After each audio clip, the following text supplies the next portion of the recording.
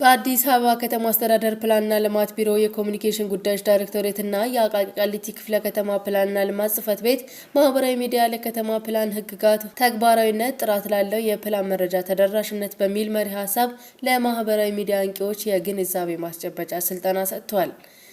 የክፍለ ከተማው ፕላንና ልማት ጽሕፈት ቤት ኃላፊ ወይዘሮ ሃይማኖት ደውሼ ፕላን አስተዳደራዊ፣ ቴክኒካዊና ህጋዊ ደረጃዎችን፣ ስታንዳርዶችንና ማዕቀፎችን መሰረት አድርጎ ለከተማው ዓለም አቀፍ ሚናነት ከፍታ የሚተገብር መሆኑን በቂ ግንዛቤ ኖሯቸው ጥራት ያለው መረጃን ለማህበረሰቡ ማድረስ የሚያስችል ዓላማ አለው ብለዋል። በዚህም የፕላን ስታንዳርድና ህግጋትን በማስጠበቅ ህብረተሰቡ ካላስፈላጊ መጉላላትና ወጪ እንዲድኑ ያግዛልን ብለዋል። የመንግስት እቅዶችን እና የልማት ስራዎችን የማህበራዊ ሚዲያ አንቂዎች በአዎንታዊ ተጽዕኖ የድርሻቸውን ሊወጡ እንደሚገባቸውም አስገንዝበዋል።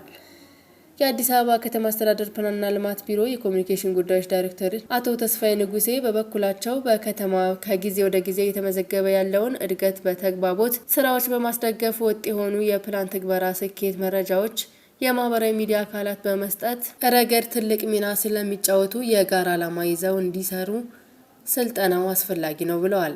ማህበራዊ ሚዲያ አንቂዎች በበኩላቸው በስልጠናው ያገኙት የፕላንና ልማት ቢሮ ዋናና ንዑሳን አገልግሎቶች እንዲሁም በአዋጅ ቁጥር 84/2016 የሰጡትን ስልጠና ተግባራት መልእክት በመቅረጽና ይዘት በማዘጋጀት በማህበራዊ ሚዲያ ግንዛቤ እንሰጣለን ሲሉ አስተያየታቸውን ሰጥተዋል።